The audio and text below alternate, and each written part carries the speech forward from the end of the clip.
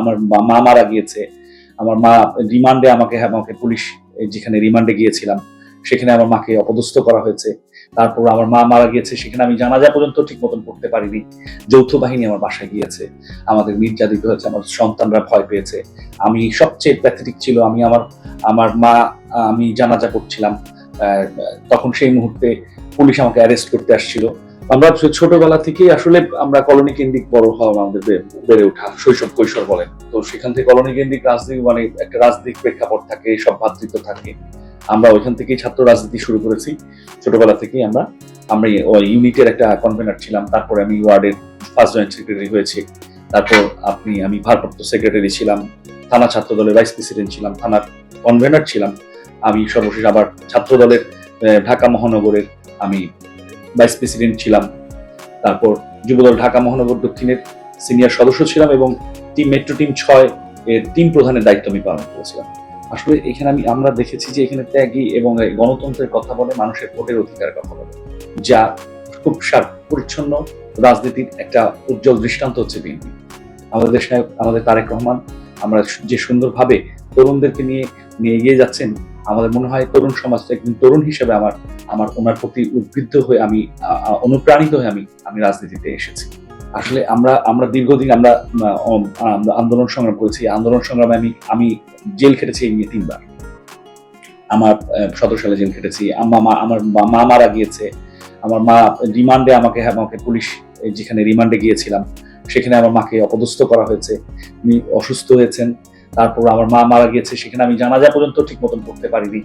আমার মার শেষ ইচ্ছা ছিল যে যিনি যেখানে কর্মস্থল ছিল সেখানে তার জানাজা হবে, সেখানে আমি জানাজা পর্যন্ত নিতে পারিনি। আমি এরপর আমার স্ত্রীকে বিভিন্নভাবে ডিবি পুলিশ এবং জিজ্ঞাসাবাদের নামে হয়রানি করেছে। তা আমরা আসলে আন্দোলনের প্রতিটি পরতে আমাদের আন্দোলন সংগ্রামে আমরা ইমানি দায়িত্ব মনে করে আমরা কাজ করেছি। আমাদের আন্দোলনের প্রত্যেকটি ফাইল ফুটেজ রয়েছে। আমাদের তারেক রহমান এই দেশে গণতন্ত্রের কথা বলেছেন, গণতন্ত্রের প্রতিষ্ঠার জন্য কথা বলেছেন। উনি বলেছেন, আমি আমার একটা ভাষণ আপনি দেখবেন, বক্তব্যে দেখবেন, উনি বলেছেন আমি আমার নেতা কর্মী, ত্যাগী, নির্যাতিত যারা আছেন সকলকে নিয়ে একটি মানুষের ভোটের অধিকারের জন্য লড়াই করছি, সংগ্রাম করছি এবং একটি সুন্দর ভোট আমরা তৈরি করব, পরিবেশ তৈরি করব যেখানে মানুষের তার গণতন্ত্র আদর্শের কথা, মানুষের মনের ইচ্ছা ব্যক্ত করতে পারবে ব্যালটের মাধ্যমে। সেই আন্দোলনের প্রেক্ষাপটে আমরা আন্দোলন করেছি, প্রত্যেকটা পরতে আমরা আন্দোলন করছি। এমন কোনো দিন আমরা নাই যে আন্দোলনের সাথে সম্পৃক্ত ছিলাম না।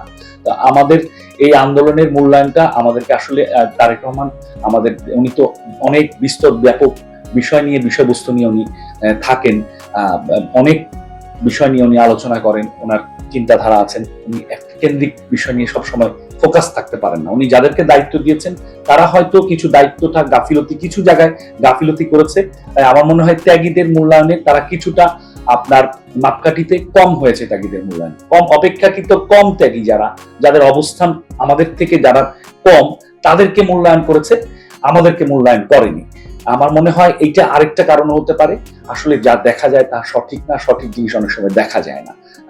রাজনীতিতে কিছু ব্যক্তি আছে নেতৃত্বের প্রতিযোগিতায়, সুন্দর প্রতিযোগিতামূলক নেতৃত্বকে সরিয়ে দিয়ে সে এককভাবে নেতৃত্বে থাকতে চায় বলেই আমাদেরকে অবমূল্যায়িত করা হয়েছে। আমরা বিশ্বাস করি আমাদের তারেক রহমান, আমার তারুণ্যের অহংকার, উনি আসবেন, উনি আবার এটা আমাদেরকে সর্বোচ্চ, উনি আমাদেরকে মূল্যায়ন করতে পারবেন, উনি আমাদের অভিভাবক, উনি আমাদেরকে যেখানে রাখবেন, যেখানে কাজ করতে পারবেন, আমরা সেখানেই কাজ করব।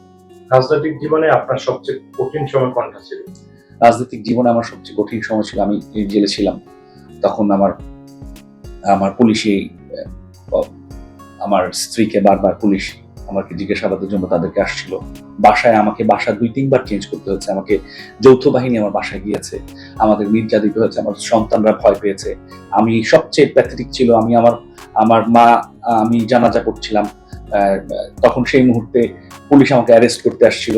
আসলে ফ্যাসিস্টরা তো আসলে কোনো কারণ থাকে না। ফ্যাসিস্টরা দীর্ঘদিন টিকে থাকার জন্য মানুষের যাদেরকে থ্রেট মনে করে তাদের সবাইকে মনে করে। আমরা বিএনপি যারা করেছি তাদের সকলকে তিনি থ্রেট মনে করেছিলেন। তিনি মনে করেছিলেন যে এই ফ্যাসিস্ট তাদের এই ক্ষমতাকে টিকিয়ে রাখার জন্য আমাদের মতন নেতা কর্মীদেরকে মামলা দিলে তারা টিকে থাকবে, তাই এটা কোনো কারণের প্রয়োজন হয় না। সারা বাংলাদেশে এরকম অসংখ্য নেতাকর্মী, আমার মতন অসংখ্য নেতাকর্মীর বিরুদ্ধে মামলা হয়েছে। আমাদের তারেক রহমান, আমরা তারেক রহমানের কর্মী, আমরা তারেক রহমানের আমাদের অভিভাবক, তারেক রহমান আমরা আমরা তারেক রহমানের সন্তান। আমরা মনে করি উনি আমাদেরকে যেখানে যে জায়গায় দায়িত্ব দিবেন আমরা সেখানেই দায়িত্ব পালন করব। আমাদের পার্টিরও একটা স্লোগান আছে, ব্যক্তির চেয়ে দল বড়, দলের চেয়ে দেশ বড়। আমরা মনে করি আমরা তারেক রহমানের একনিষ্ঠ কর্মী হিসেবে যে কোনো জায়গায়, যে কোনো মুহূর্তে, যে কোনো পরিস্থিতিতে কাজ করতে আমরা প্রস্তুত আছি। অর্থাৎ বিষয়টা হচ্ছে দিল্লি নয় পিন্ডি নয়, আসলে বিষয় হচ্ছে সবার আগে আমাদের বাংলাদেশ থাকবে। আমরা যে কোনো কাজ করতে গেলে আমাদের বাংলাদেশ, বাংলাদেশ মানেই 18 কোটি মানুষ, বাংলাদেশ মানেই প্রাণের স্পন্দন, বাংলাদেশ মানেই সব। এর জন্য বলেছে দিল্লি নয় পিন্ডি নয়, সবার আগে বাংলাদেশ। সর্বশেষ আপনার নেতা কর্মীদের উদ্দেশ্যে কি বার্তা থাকতে পারে? আমার মনে হয় সর্বদেশ, আমার মনে থাকবে রাজনীতিতে প্রতিযোগিতা থাকবে, রাজনীতিতে প্রতিহিংসা থাকবে না। রাজনীতিতে আমরা সবাই ঐক্যবদ্ধ হয়ে আমাদের দেশ, আমাদের তারেক রহমান আমাদের ভারপ্রাপ্ত চেয়ারম্যান, যেটা আমরা দীর্ঘদিন স্বপ্ন দেখেছে, আমরা আপনারা সাংবাদিকরা সহকারে যে স্বপ্ন দেখেছি, একটি গণতন্ত্রের দেশ প্রতিষ্ঠিত হবে, গণতন্ত্রের রাষ্ট্র প্রতিষ্ঠিত হবে, যেখানে আমাদের মতন ছেলেরা, আমাদের ছোট ভাইরা, আমাদের সন্তানরা দৌড়ে বেড়াবে, খেলবে, হাসবে, আনন্দ ফুর্তি করবে, যেখানে তাদের স্বাধীন মতামত প্রকাশ থাকবে। এরকম একটি রাষ্ট্র আমরা আশা করি, আমরা স্বপ্ন দেখি, আমাদের সেটা বাস্তবায়ন হবে এই 31 দফার মাধ্যমে।